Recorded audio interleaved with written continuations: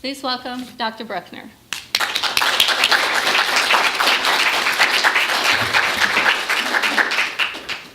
Good afternoon, and I'm doing, I guess, sound check. Is that okay in terms of volume? Right, thank you.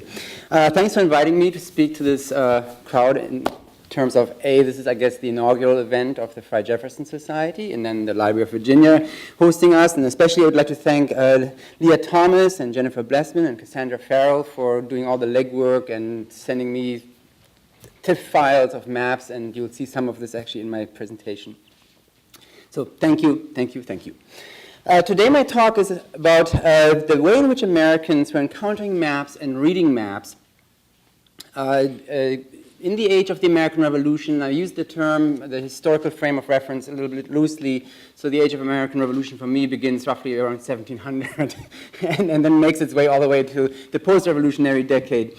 When we use the word map and revolution, most of us here in this room have probably a docket full of map images in mind, but the majority of people will not have the faintest idea of what to envision. A quick survey of the internet, I mean, when in doubt, you always just kind of Google Maps, right? The quick survey of the internet points us to a disparate array of maps that may or may not reflect early American cartography in the revolutionary period. Browsers will connect you to the 16th century map by Abraham Ortelius, which was considered revolutionary because it was making popular the printed image of America for the first time on a grand scale. Another item that pops up when you look for maps in relationship to the American Revolution are maps like these continental maps by John Overton, which was basically just listing or detailing beautiful pictorial vignettes of the staple colonies where most of the money came from for the British Empire. In this case, the Caribbean islands, even though it's a continental map, but the illustrations are really just about the Caribbean. Still under the purview or the kind of keyword search maps in revolution. And then, of course, since we are now in the 21st century, who knew that the Revolutionary War now also has found a home in the gaming industry, where you find American cartography is very similar to the game of Risk, portrayed to you as an online video game, where you can now pretend to be the British or the American troops, and through cards and, I don't want to say rolling dice because it's online, but the equivalent of rolling dice, you can move your armies across the American territory. But obviously, this is not what the American experience, map experience, was really about. In what follows, I will talk about the art and science of mappery in early America. Mappery is today a rare term, but during the decades leading up to the American Revolution and during the war years and during the first decade after the war, the period of nation building, this term mappery was used as a shorthand for referencing the study of map making and map reading. So everybody in your mind, remember the word mappery. This is kind of the keyword for 18th century interactions with maps. In order to give you a better sense of what constituted the American experience of maps, I'll offer you 5 distinctive pathways for how we can explore and understand the popularity of maps and map readings in the 18th century. The first one will be about the basic map reading, which may come as a surprise to you because this has to do with land surveying and the way in which property maps were designed. The second segment will be about the lessons in geography, and this is really the reading material that my American colonists would have had access to between 1700 and 1776, or actually 1790 if you want to go as far as that. The third category, or the third, let's say, call it window into the world of maps in America, North America, would be the habits of reading or misreading of maps, and we'll have 2, I think, very poignant examples of how we've been constantly juggling the image of North America, or in the other case, also the image of Virginia, and how people were just having a hard time sorting out how do I really read a map properly. The fourth window will be into a very, from my perspective, much overlooked, but it's, I think, now getting new legs again, a realization that there was a distinction made between maps being useful objects and maps being decorative or ornamental objects, and therefore our reading of them was completely coded along the lines of a useful reading or an ornamental reading of maps. And lastly, of course, then, there's a new nation, and with that, a new investment in map making and then in map literacy and the way in which people are supposed to process the new cartographic image of the United States. So that's the overview, and with that, let me begin. Printed maps, and this is something where we have to kind of square ourselves away a little bit first. Printed maps were rare during the 17th century in the British colonies. And the act of map making and ultimately map reading was a very specialized skill reserved mostly for officers representing colonial governments or the British Crown or the colonial elite. So in our back of our minds, we have to really think of map making and map reading as a very rarefied skill in the 17th century. All this changed in 1690 when the British Parliament revoked practically all land charters and requested a resurvey of British possessions. What followed after 1690 was a much-forgotten cultural revolution involving elite plantation owners, poor tenant farmers, wealthy city merchants, and the emerging middle classes. Beginning with the first decades of the 18th century, everyone who owned a piece of land had to provide a map showing the property lines, and it was in everyone's personal interest to study the art and science of land surveying, or also called geodesy, in order to basically demonstrate or document your estate and your property, and therefore your capital, the ownership, your wealth or your financial wealth. Here are two examples that I'd like to show to you, and they're actually housed here at the Library of Virginia. This is John Corbin's plat, and it's almost like an object lesson through which we can identify what actually went into making a map like this. At the moment, I just want to stay on the surface of this object and have us really kind of close read this kind of property map, or plat as it's also called. The word plat and plot at this point is often used intermittently, so you can, people were not quite sure on how to call this or spell this properly throughout the 18th century. It's only by the end of the 18th century that we really say this is a plat for a property map, and a plot, of course, we mean like the political overthrow of governments and so forth like this. Or if you're in literature, then it's, of course, the plot of your novel. In this case, if you look to the left, we have a very rudimentary image of a map, and I'm realizing I'm having two different tools at hand. We have a very rudimentary image of a map.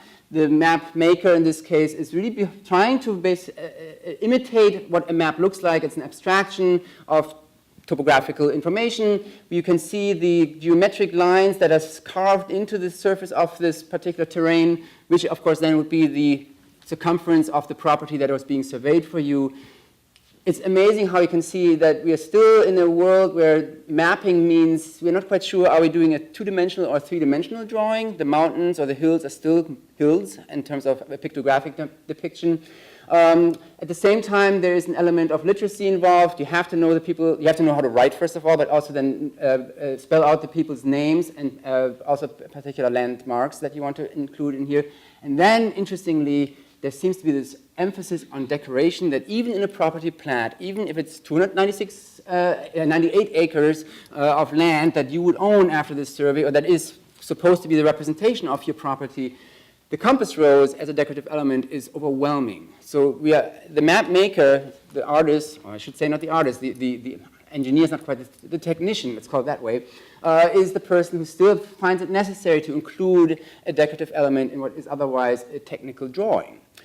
That is the map side. Every surveyor's plat had a written component, and that is the textual component, the text side, in which the surveyor would then detail blow by blow, step by step, the direction of his survey line, where there were turning points, and they are alphabetically marked off, A, B, C, D, and so forth, with coordinates. And then at the end of this narrative, there would be actually the date and a signature, and often they were co-signed or even countersigned by an official, so that there is this moment of making this into a quasi-legal document. So this is not just like a transcript of your surveying activities, in this case compressed, of course, but it also has suddenly this kind of secondary panache almost of being a legal document, because you have this county commissioner or somebody else officially signing off on this document. To get to this point, however, in order to assemble your plat, and again, this is in the interest of every landowner, you had to prepare and provide a document like this in order to record your land that you had in possession. In order to arrive at this point, you had to master a whole slew of techniques and also technology. Professional surveyors started the initial resurvey of the American lands and coming back to 1690 revocation of the land grants and land charters. So we had a handful of, not handful, that's understated perhaps, but a very few, a small number of professional surveyors who were starting the initial resurvey and very soon proved to be insufficient in numbers. And instead, what we then had was property owners who had to retool themselves and become land surveyors in order to represent your own personal interests, right? If I have some guy who is badly trained to become the land surveyor of my property, how can I verify that they're not cheating me or that they're not making egregious mistakes, which then will cost me acres and acres of land if they don't misplace landmarks or surveying markers and so forth? I had to basically learn to become a land surveyor myself. Day and evening schools were offering, by gentlemen, so-called gentlemen teachers, they were offering classes on how to do land surveying. And my student would, in this process, would have learned how to handle the Gunter's chain, which is 100 links, 22 yards long. And you can also at this point realize, or instantly realize, that this is like a boots on the ground kind of exercise. You're tromping around your terrain. Everybody imagine your backyard. So as you're doing your survey, you're using this instrument in order to just measure the distance from point to point. You would use the surveying compass. For the more advanced, you actually would get access to a theodolite in order to more abstract land surveying. And then at the very end of this process, after you've collected all your data, then you would basically use these drafting instruments to transfer this and your mathematical skills, and the handbooks were teaching you on how to do this, into a map form. So there is like this odd disconnect. We have to remember, if you think of map reading as an early American experience, and map making, there's initially this moment of everybody's actually tromping around into the woods, trying to make sense of how can I really kind of document my property, and these are the tools that were available to me.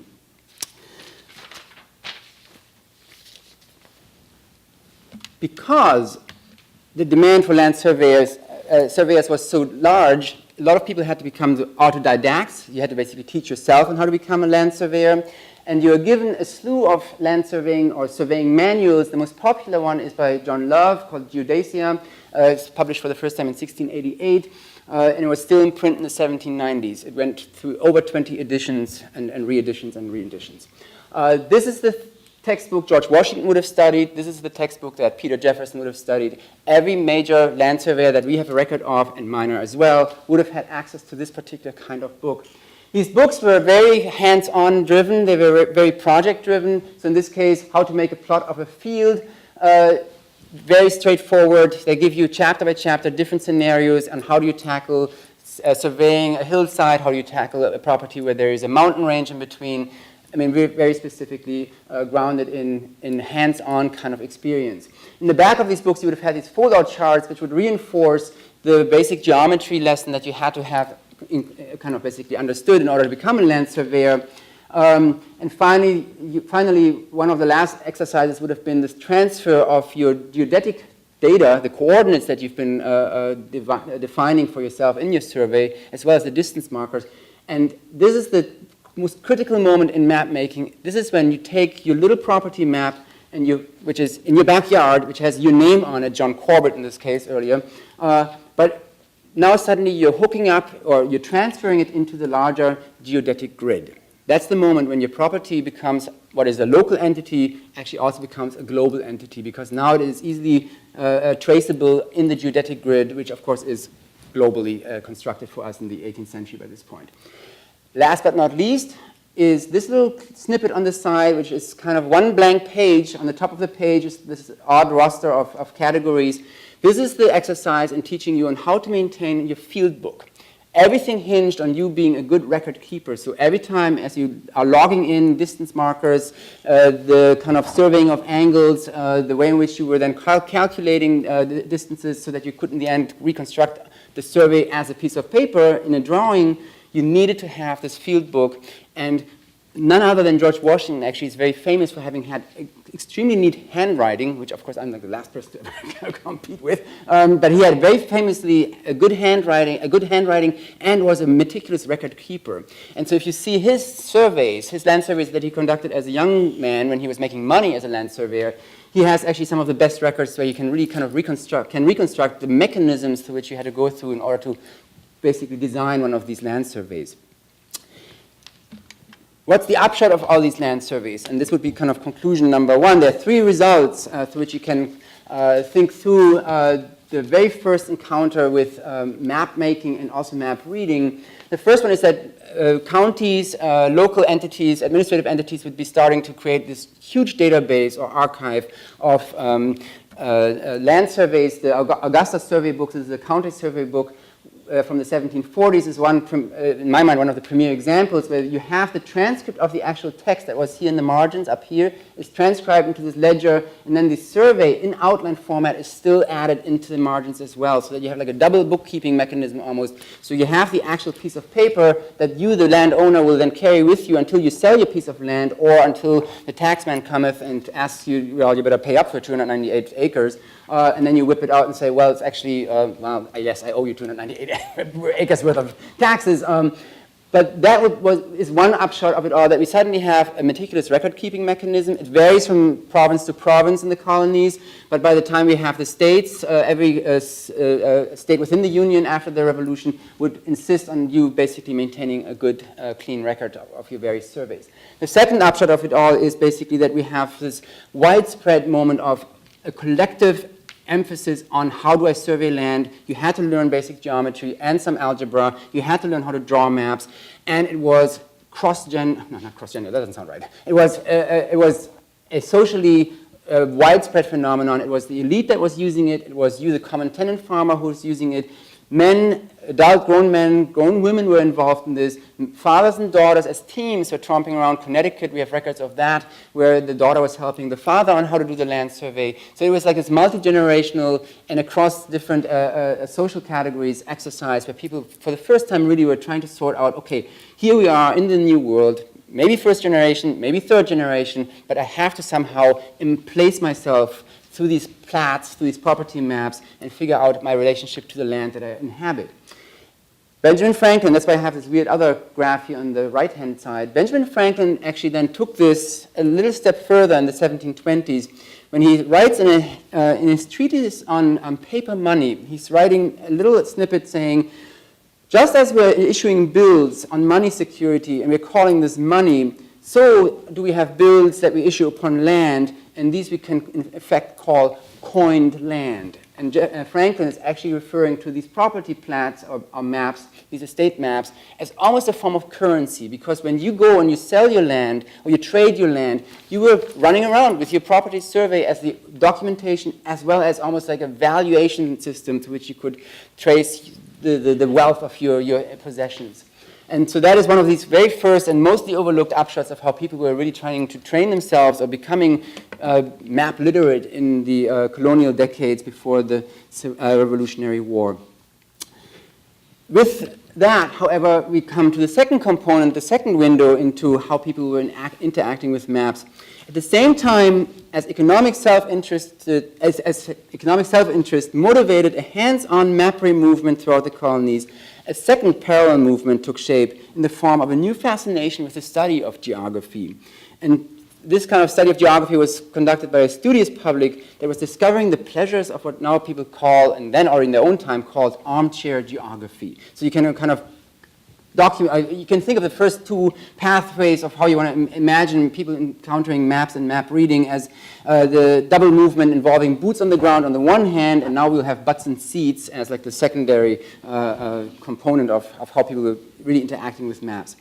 During the 18th century, the printing of maps became an increasingly lucrative business for European publishers, and colonial consumers were offered a seemingly never-ending array of map works in order to study the world geography, to study history, to study natural catastrophes, or natural history for that matter, or with an eye to British and French imperial aspirations, colonial politics.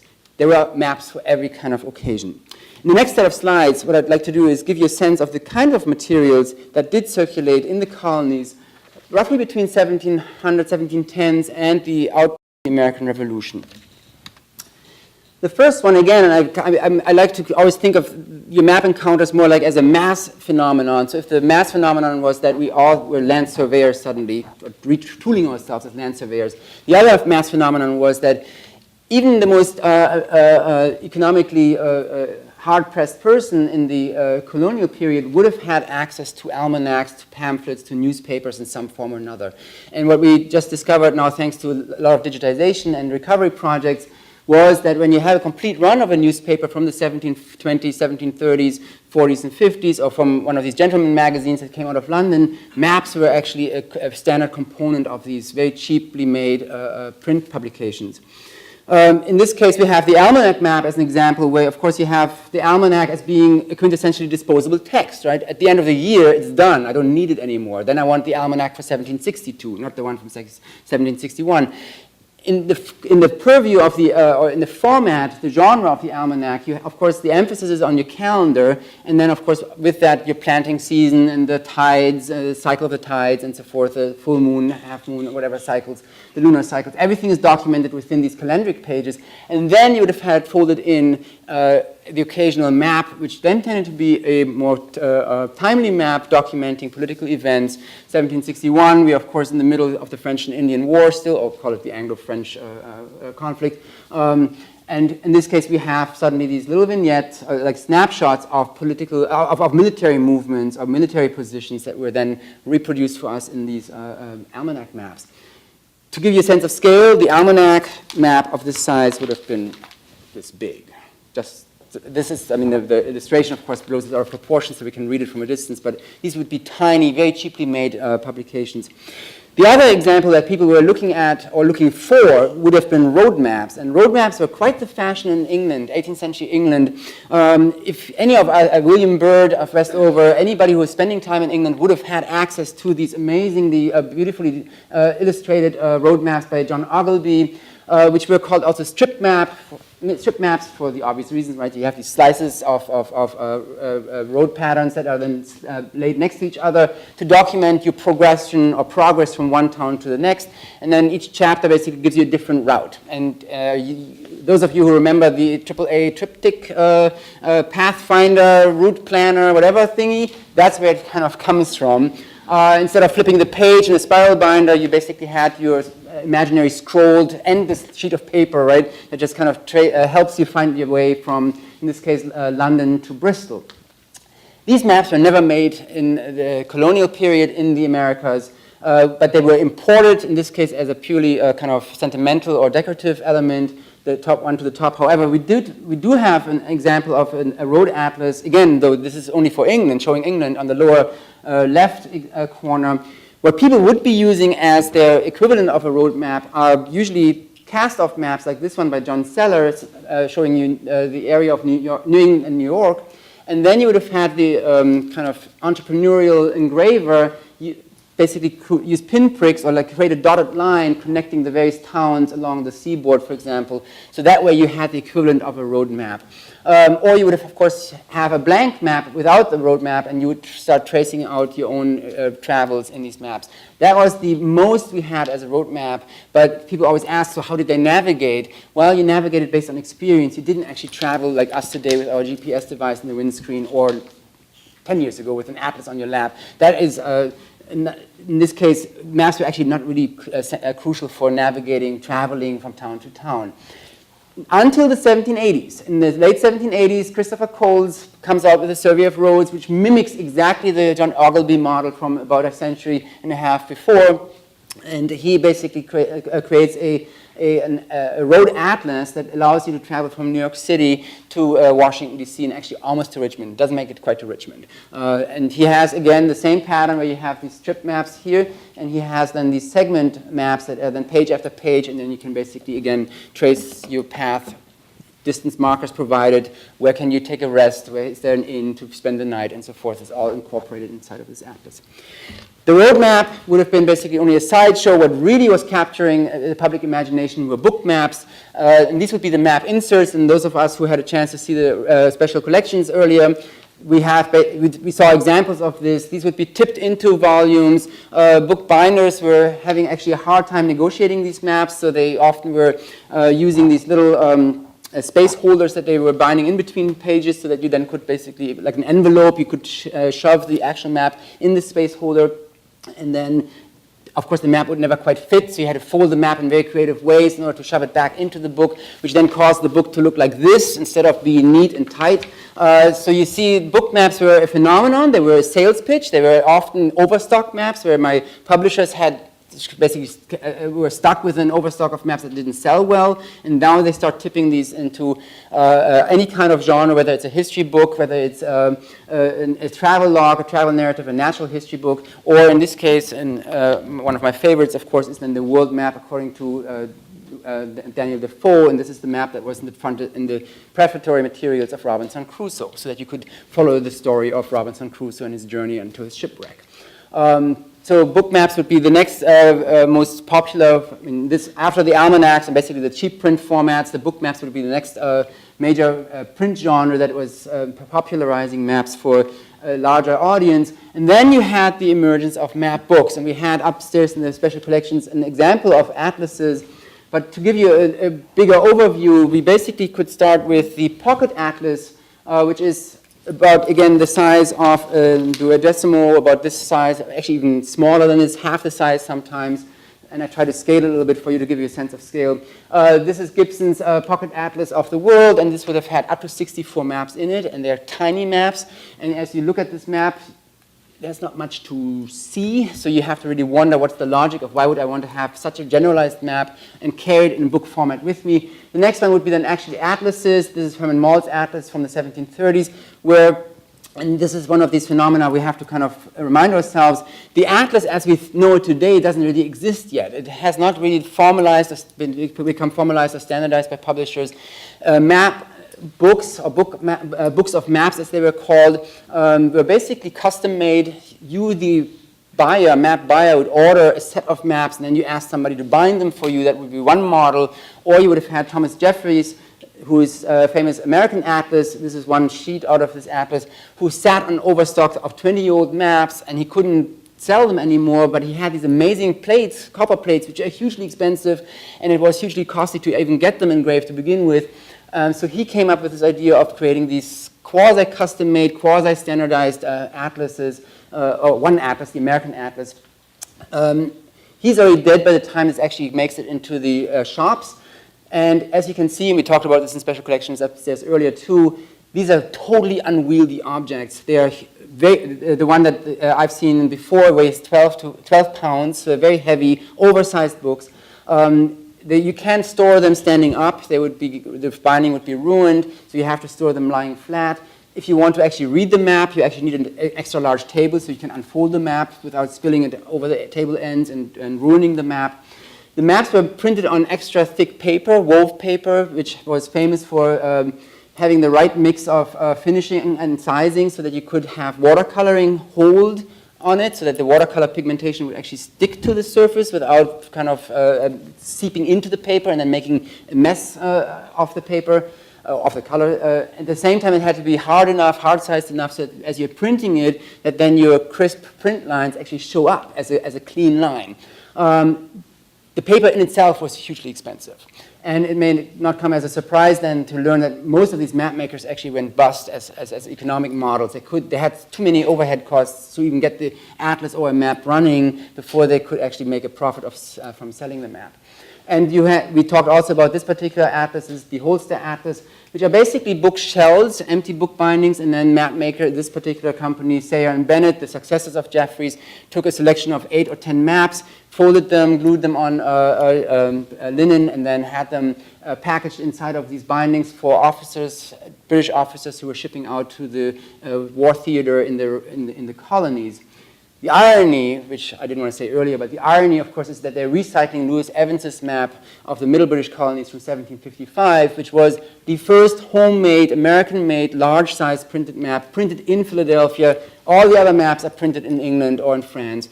And this map now they're recycling in England, giving it to their officers and telling them, okay, navigate the colonies using the map made by the American colonists from 20 years earlier. So there's also, of course, a huge time lag in terms of these various objects.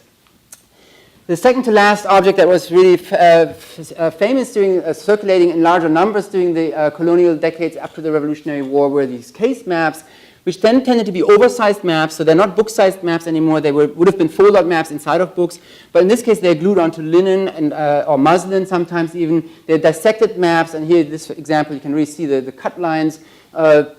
where you would then glue it with tiny spacings in between the fragments, or segments I should say, and then you can fold it up very neatly and shove it into these casings. This is like a cardboard casing, but you could also have the deluxe model in silver. So we have suddenly these maps, even though they are meant for unfolding and clearly for studying, for scrutiny, but at the same time, they are also these odd objects that are really about demarcating your rank, your social status, how much money are you willing to spend on this map object. So the map in and of itself as a consumer good at this period is really beginning to emerge as a neat, as an item that you can package and sell to a larger array of audiences, the people with deeper pockets and of course those less fortunate or not less well-heeled people.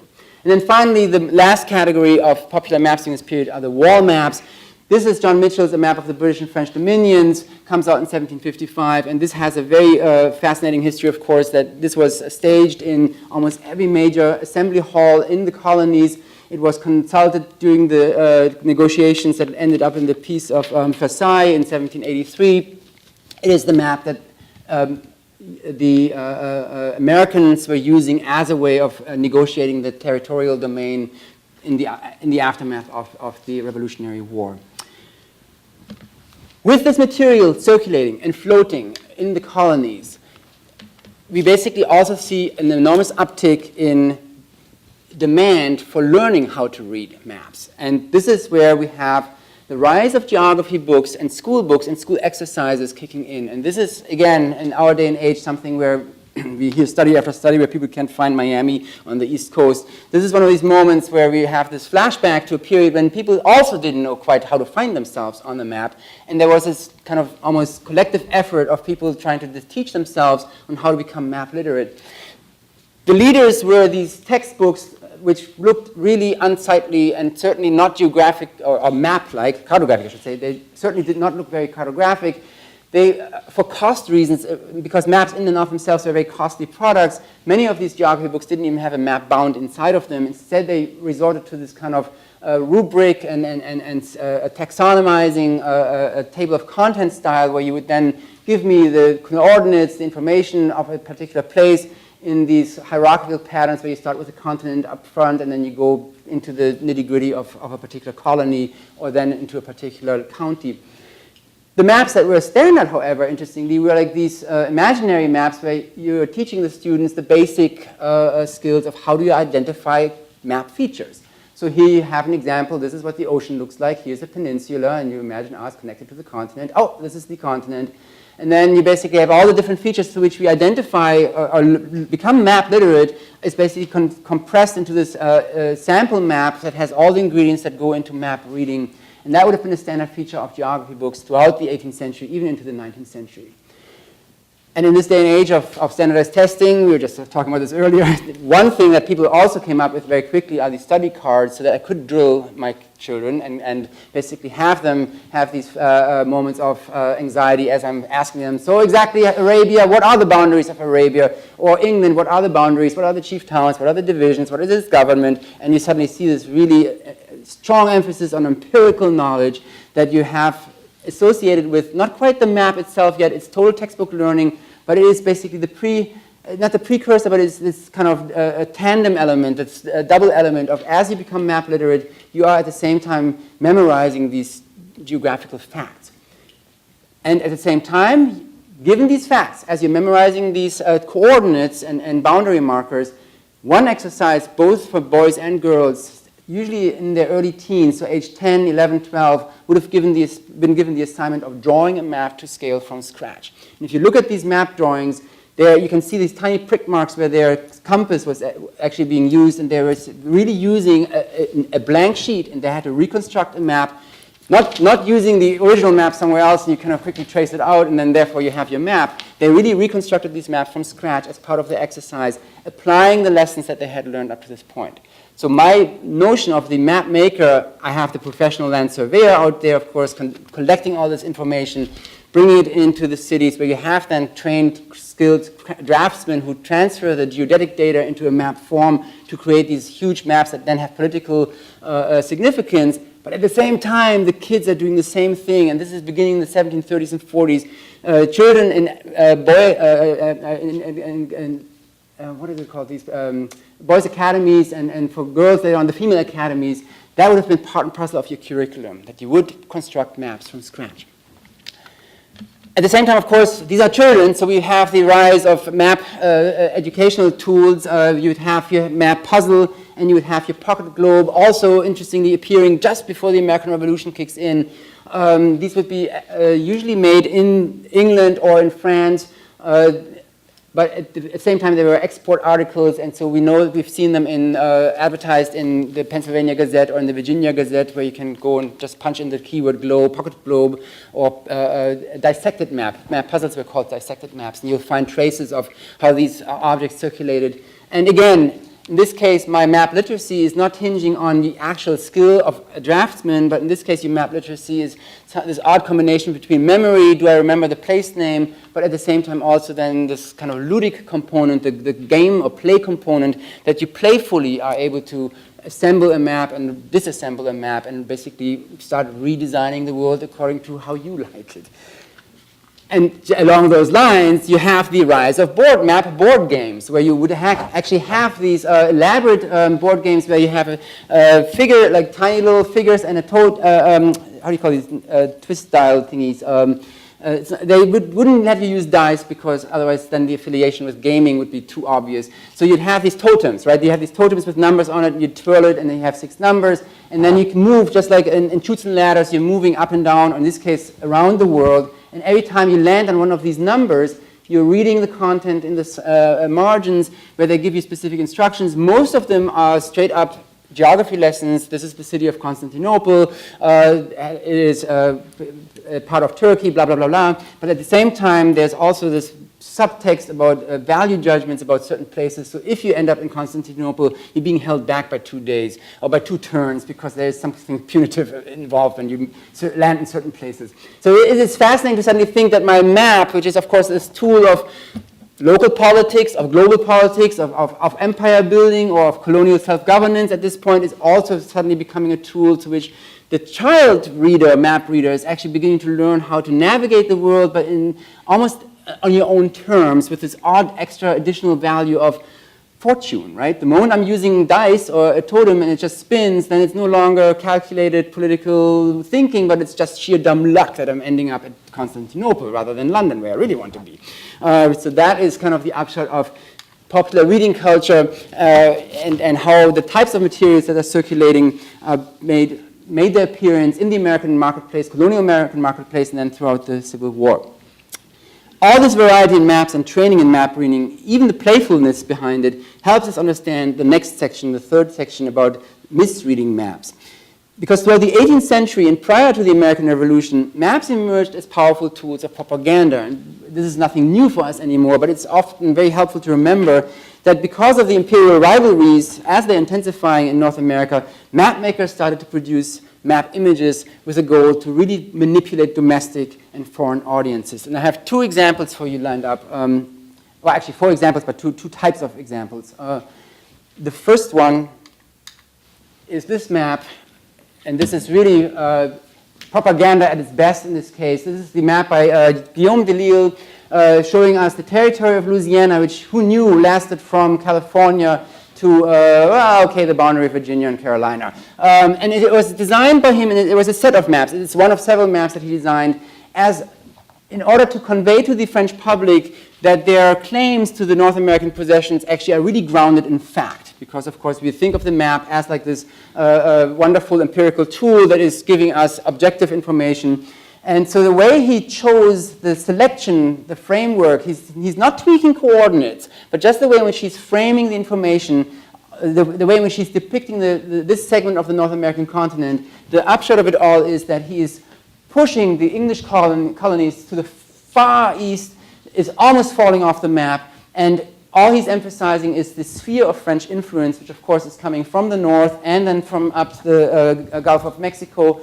And what more logical thing to say after this is, well, the English haven't really made any headway. I mean, they're not really in control of anything. So therefore, we should be the rightful rulers of this domain, of this particular terrain. Of course, this was source for or cause for international disturbances, and it was followed very quickly by Hermann Muller and his map of North America, where he changes the frame of reference, and he's using a continental overview map, in this case, instead of like a selective view of the continent. Also starting with California in the west, which is here almost still, I think, identifiable as an island. And in this case, however, emphasizing on how the British territory is quite sizable, quite well demarcated and intact as a unit, and how this thin blue line, if you follow the various thin blue lines, these are the French, these are the boundary markers signifying French influence, and how these could be viewed as oppressing the English efforts of taking control of the British continent. And for the next decade or so, there was like this cartographic rivalry between these map makers, and Hermann Muller and Guillaume de Lille would be like they're kind of the showcase examples of this, where both sides, England and France, were basically wrangling in public over who should have the legitimate reason for taking control over North America. Is it you who has access to the waterways of the Mississippi and who controls the access to it from both ends? Or is it the other side, the British side, who already has this hugely developed landmass under their control, and should they be the rightful owners? One misreading basically leads to another misreading. The other example would be, of course, the one that is close to home, and this is not about misreading, but this is about actually establishing what we could consider the cartographic gold standard. The Joshua Fry and Peter Jefferson map of initially 50, but then this is the 1755 imprint, very quickly was recognized to be incredibly detailed and accurate at the same time. And it became really this example of how people were celebrating suddenly this Enlightenment cartography. If you really use your surveyor's tools well, if you really have access to the right databases, because these two guys didn't necessarily run around all Virginia and survey all of Virginia, but they had access to these county records, and they were using the information to basically piece together places in relationship to each other and have real coordinates that go with certain places. Suddenly you're having what was conceived then to be the most accurate image of the province or the colony called Virginia. To the point where it had actually a lasting impact on the audience in the subsequent decades, so that none other than Thomas Jefferson, when he writes his notes on the state of Virginia, basically says, an inspection of a map of Virginia will give a better idea of the geography of its rivers than any description in writing. The map, the type of map that Peter Jefferson and Joshua Fry were compiling and then printing, and their map was printed in London, by the way, not in America. Those types of maps suddenly were, were given this kind of this evaluation as if they were actually transcending reality, as if they were hyper-correct, hyper-objective, to the point that they would actually substitute as a communication system outside of our otherwise messy communication system called language. So if language fails me, how can I describe to you the relationship of rivers, the beauty of a river for that matter? What better way of showing it to you in one glance if I have a map like the one we just saw here? And that is Jefferson's argument in the notes on the state of Virginia. He's basically saying, you know what, my writing of the state of Virginia will be faulty, about the state of Virginia will be faulty, and I therefore actually cede any kind of verification to the actual maps. And he's citing two maps, Louis Evans's map and his father's map. The other example, but again, coming back to with the gold standard of the map of the most inhabited parts of Virginia by Jefferson and Fry, once that was established as the gold standard, every other map maker subsequently had to live up to their expectations. And here's John Henry's map. John Henry is the father of Patrick Henry. He had like a very hard time getting his map off the ground. It was a 3-year subscription campaign, and it finally comes out in 1770. It gets printed, and within the year, it gets completely slammed. And I really have to read this to you to make you understand how people took exception to this particular map. It was reviewed in the Virginia Gazette, actually in a series of at least 4 reviews that I could find. And the goal of these reviewers was basically twofold: to demolish the map's reputation and that of John Henry as a map maker. So it's like a two-punch approach. In the first critique, they accused Henry of gross omissions and mistakes. As one reviewer himself, calling himself Geographus, he observes that Henry is mistaken in the breadth of courses of the Chesapeake, the Potomac, the Rappahannock, the York, and James rivers. None of the roads are laid down. The towns of Winchester, Fort Cumberland, and Dumfries are not in the map. And Jamestown, well, now that's the crime of it all, right? And Jamestown is north of Williamsburg. So these are the moments where people really close read the map and they really get the heckles up up and say, this is a crappy map. They didn't say that, I said that. The second critique, Henry was also fully aware of, and he knew there's something of a problem in his map, and he basically then tried to preempt the second critique by acknowledging that he unfortunately had included inaccuracies, I'm quoting from him, inaccuracies which regard the situation of gentlemen's seats. So as much as critics complained that rivers were mismeasured and whole towns were misplaced, they were equally irked by the fact that Henry actually had failed to sufficiently document the manors and plantations of Virginia's propertied classes. And then here comes our moment of land surveying back into the picture, right? Everybody was enough of a land surveyor to know my estate is this size. How come you're giving me such a tiny space on your map? How come the name of my plantation is not on your map, and so forth? To the point where one of the critics basically says that his map was at best a product of good taste, but certainly not one of proper dimensions. And so he was slammed up front. And this brings me, so misreading in this case, if we come back to the first misreading was this is political gamemanship, right? You're using these maps to manipulate the audience into having certain attitudes towards the terrain that you're hoping to inhabit and occupy or take control over. In this case, the map makers are so convinced that everybody else is a good map reader that they actually are able to then find the mistakes and fault the map maker for omissions and so forth, and therefore ruin somebody's career. Which brings me to the fourth window, and this is the useful and ornamental reading. The last quote, in this last quote, is if this is a clue to understanding on how one major way of Americans were reading maps up to the Revolution, then I think the last critique of the Henry map will give us another insight here. Because before we dismiss the Henry map as the quintessentially bad map, it was important to understand that the barrage of criticism published in the Virginia Gazette ended in a surprisingly conciliatory note, which really threw me off actually when I found that one. In the final review, the critic, after complaining yet again about the mapmaker's ignorance and mistakes, he undercuts most of his complaints by reminding readers that he had often seen their maps hung up in houses not because they were reckoned useful, but because they were reckoned ornamental. By juxtaposing the terms useful and ornamental, the author acknowledged a much broader scope of evaluation. The Henry map might be useless for finding yourself on the map, but it was considered quite useful when placed as an ornamental object inside of Virginia houses.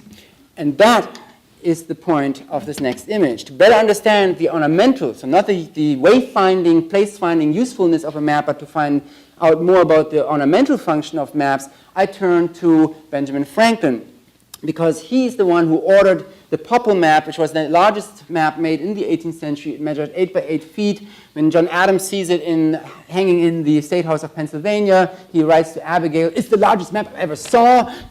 So it really is a high-impact map as a visual experience. Ben Franklin orders this map in 1747 for the second time, and he goes on to order it 2 more times. And if you take a moment and just read through the letter that he writes to his stationer or to his agent in London, "I must desire you to send me per first opportunity the maps I formerly wrote for, that is, Popple's large one of North America, pasted on rollers and ditto bound in a book, 8 or 10 other maps of equal size, so 8 by 8 feet, if to be had, therefore the long gallery in the assembly room in the State House, if none so large are to be got, let prospects of cities, buildings, etc. be pasted around them to make them as large." So the point was, who cares of what the map actually is?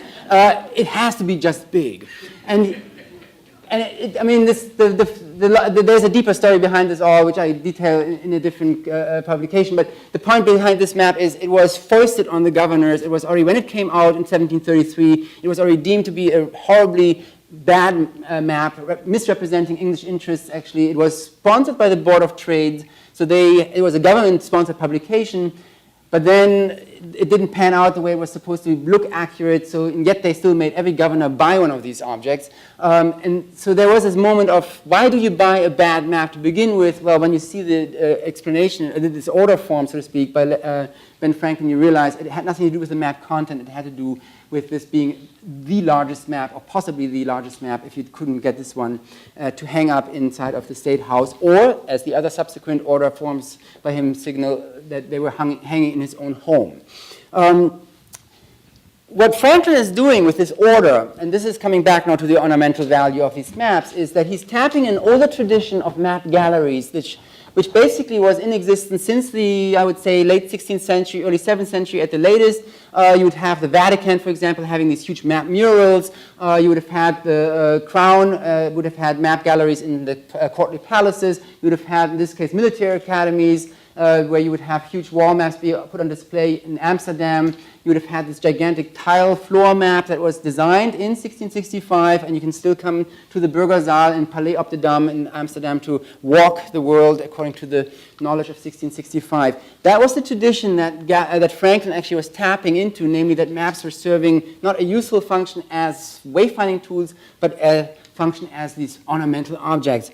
And the same, if the first tradition of map galleries were public, in the private sphere, they were also happening, and we have the best, of course, the most brilliant examples are Jan Vermeer's paintings, where thanks to Svetlana Alpers and other art historians, we now actually can identify these maps that he incorporated into his paintings. But my moment of eureka was this find that in a handbook on how to design and develop firefighting tools, the fold-out frontispiece image actually shows you a burger house, like a Dutch burger's home, and on the ground floor you have your giant wall map, which is of course the first and most precious object that should be protected, because after all, the library above, who cares about books, right? I mean, the real important thing is the map. I mean, I'm talking to the choir here. This will be the private gallery in this sense, and then of course the image of wall maps was starting to circulate as like this shorthand, metaphoric or symbolic tool to which you wanted to signal worldly knowledge, if not worldly possessions. To the left you have a family portrait of a British family and the giant county map in the left-hand margin, or if you take Hogarth's satirical prints, in this case the rake's progress as he's making stop over at a brothel, there's a giant wall map in the back, which the maid is either setting fire to or lifting up the candle to see better. It's never quite clear when you interpret the image. But the logic being, again, that these giant maps, for decorative reasons, were also becoming like a shorthand for making symbolic statements. And what better symbolic statement could you make when you were declaring your independence and you used the Mitchell map, an American map maker, whose map then was hanging in the what's today Independence Hall, the Pennsylvania State House, which was hanging above the exit door, and people were actually able to kind of constantly look at this map. But when you think about it, I mean, you couldn't read it. It's too far away. It was just meant to be like this decorative device almost, through which you could kind of negotiate your territorial claims or political situation. In public, and if you go into American private homes, the Governor's Hall of Virginia, thanks to the inventories that we have available today, we can actually reconstruct the fact that the John Henry map was hanging in Lord Bottetourt's dining room, and where he conducted most of his business while eating food or parallel in between eating food. So the assumption was that house guests, and those included George Washington and Thomas Jefferson, who came over to eat there, would have seen this map hanging over the fireplace, but the Jefferson and Fry map would have been in the hallway as you walked to the dining room. So there's definitely some kind of put-down game going on where you kind of dismiss the older generation of maps, and this is the one that Bottetourt clearly sponsored and wanted to succeed as a map, and he puts it in the most prominent place.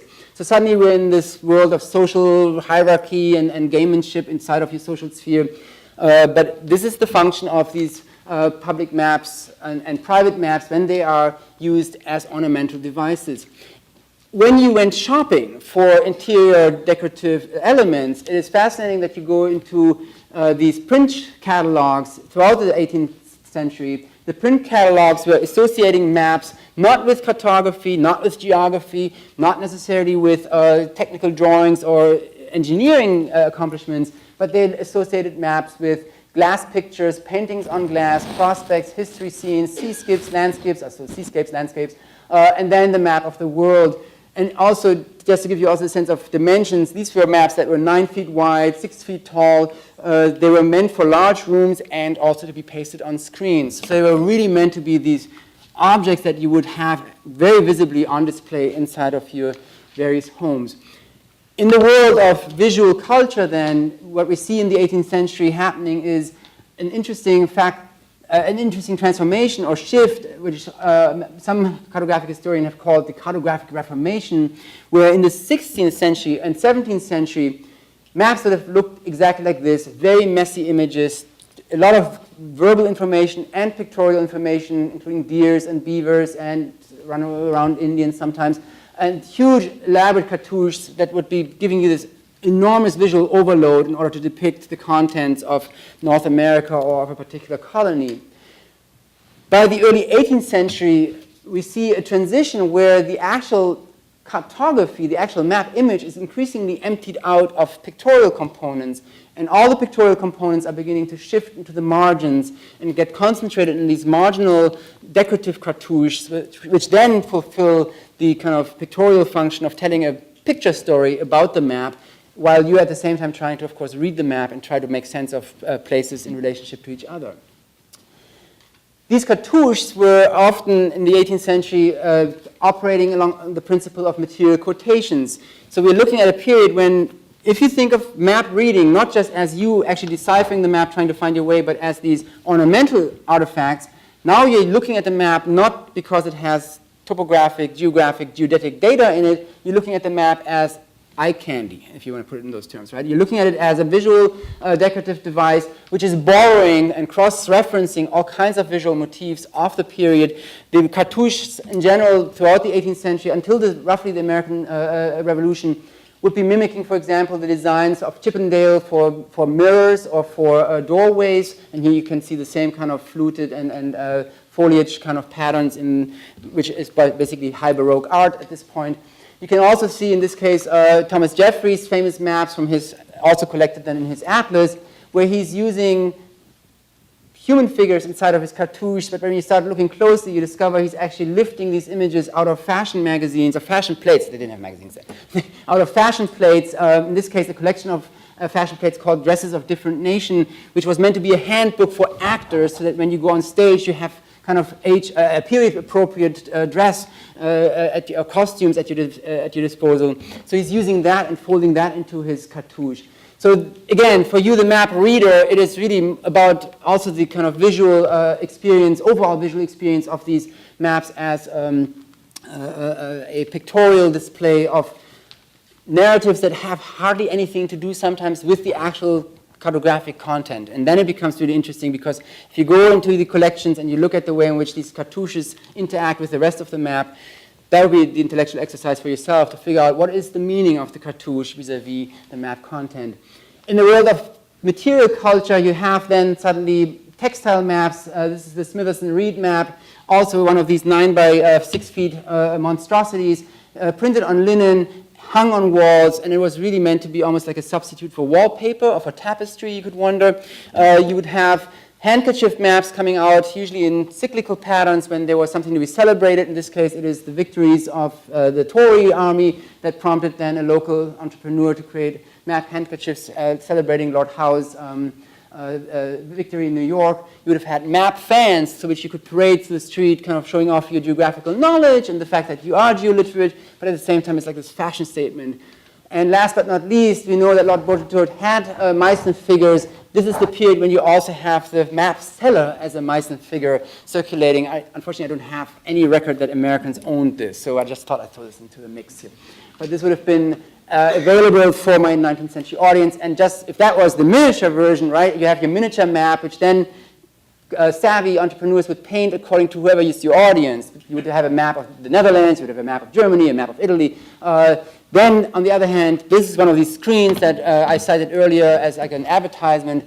There are only 3 or 4 extant of those. They are in private collections, unfortunately. But just to give you a sense of what people would have had at their, in their homes. And the records of Lord Bottetourt actually show that he did have a fire screen in the form of a map. So we wonder if it would have been a large one like this, or if he would have had one of these flip-up fire screens. And that brings me to the last window into how people were processing maps and reading maps. This, of course, then happens in the aftermath of the American Revolution, where the reading culture fundamentally doesn't change, except that we just had this period of disruption, and maps became repurposed in the sense that they were losing their ornamental function, and they were rediscovered again for their use value. We had an utter dearth of maps in the colonies. If by we I mean the Americans. So whereas the British were cranking out map after map and recycling actually American-made maps and were giving them to the British officers, the American officers were complaining left and right that we don't have maps to even see our way across the river. To the point where the Virginia Assembly, for example, passed a law requisitioning your beautiful ornamental wall maps, asking, and they sent out a team of 2 guys actually to go from plantation to gentleman's home to the next house, asking, do you have wall maps, do you have usable maps that we can now requisition for the military efforts? And people were actually complaining that, and the one that they really wanted was the Fryer and Jefferson map among other maps, because it was just one of the better maintained maps at this time. In terms of the visual culture, you can see there is a major shift, just if you come back to the ornamental theme, how during the war, the cartouche, again, still the map image, full of geodetic data, but the cartouche becomes, again, this allegorical storytelling device or narrative device through which I can tell a story. Here, of course, it is the female princess, or the Indian princess, I'm sorry, an established motif since the 16th century, representing all America usually. And you have, of course, the blue-clad patriots shooting at the running away redcoats. So we have this dramatization of this is the war era. It's a French map. It's really kind of dramatizing the conflict.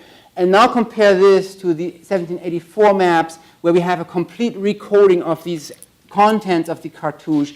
This is the time when we have basically the invention of a whole new slew of characters that are entering into the makeup of a cartouche. The Indian princess actually vanishes very quickly. She gets replaced by Columbia, the figure of Columbia. But here you have George Washington with the figure of liberty, and Ben Franklin sitting with a book on his knees and justice hovering over him, basically retelling the story that as you are looking at the United States now as a finite construct, these 2 guys are our guides walking us into the map across from you. A total recoding of the ornamental narrative. Within a decade after independence, the American map industry kicks in. People are realizing we've been too dependent on imported maps, which of course are pursuing the agendas of an imperial, or in this case a Eurocentric perspective on how things should be done within the Americas.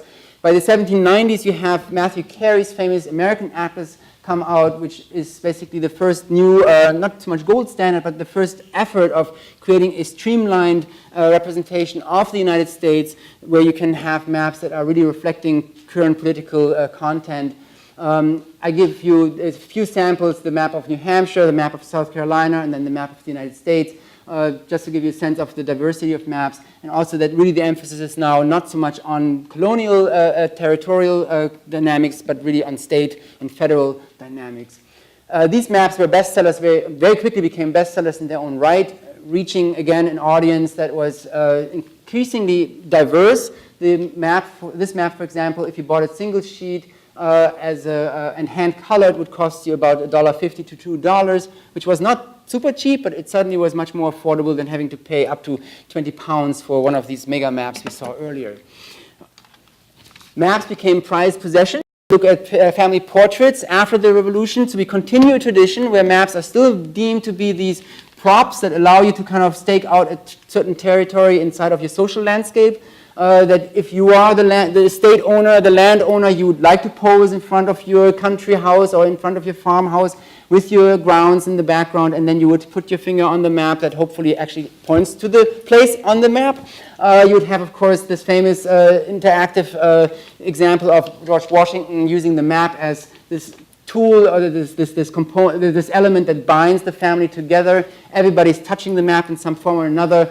And his adopted son here is at least leaning his arm on a globe. So we're having the first family depicting to us this kind of celebration of cartographic knowledge, down to the family of the Smith family, where the mother and her sons and daughters are posing with a geography book of all things. I would have thought of better things to pose with my family, but a geography book is the centerpiece of this particular self-portrait.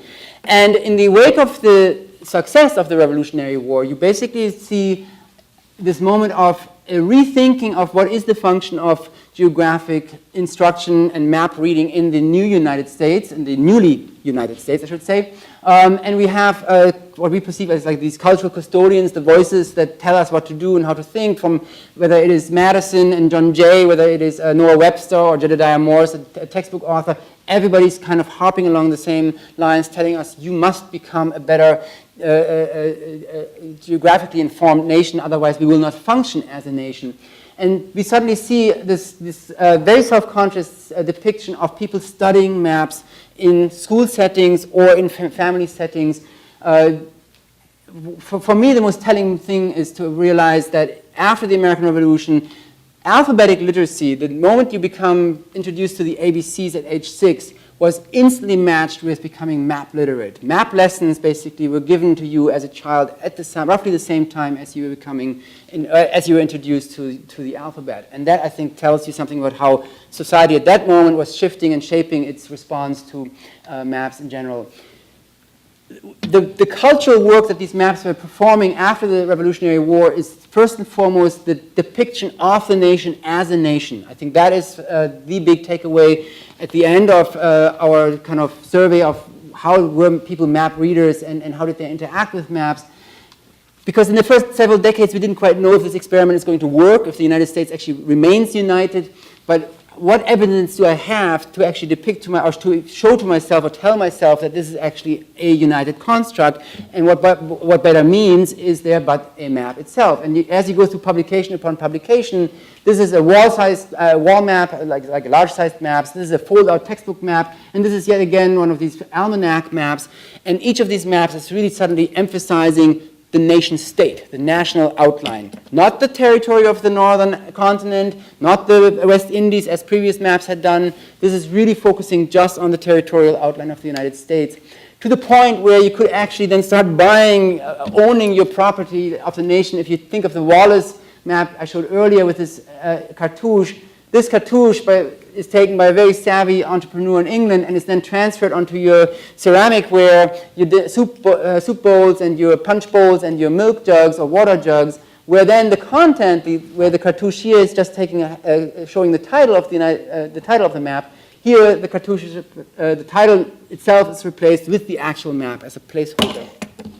And that is kind of the upshot of this moment when you realize the national outline is what really matters at this moment to my audiences. And you see a series of maps showing up where what they really want to emphasize is the United States as just almost a logo, as an outline. Here you have the same thing on a needlework example, the United States just as the outline, not even going into the details of the content. Here again, the emphasis, overall emphasis on the outline of the map.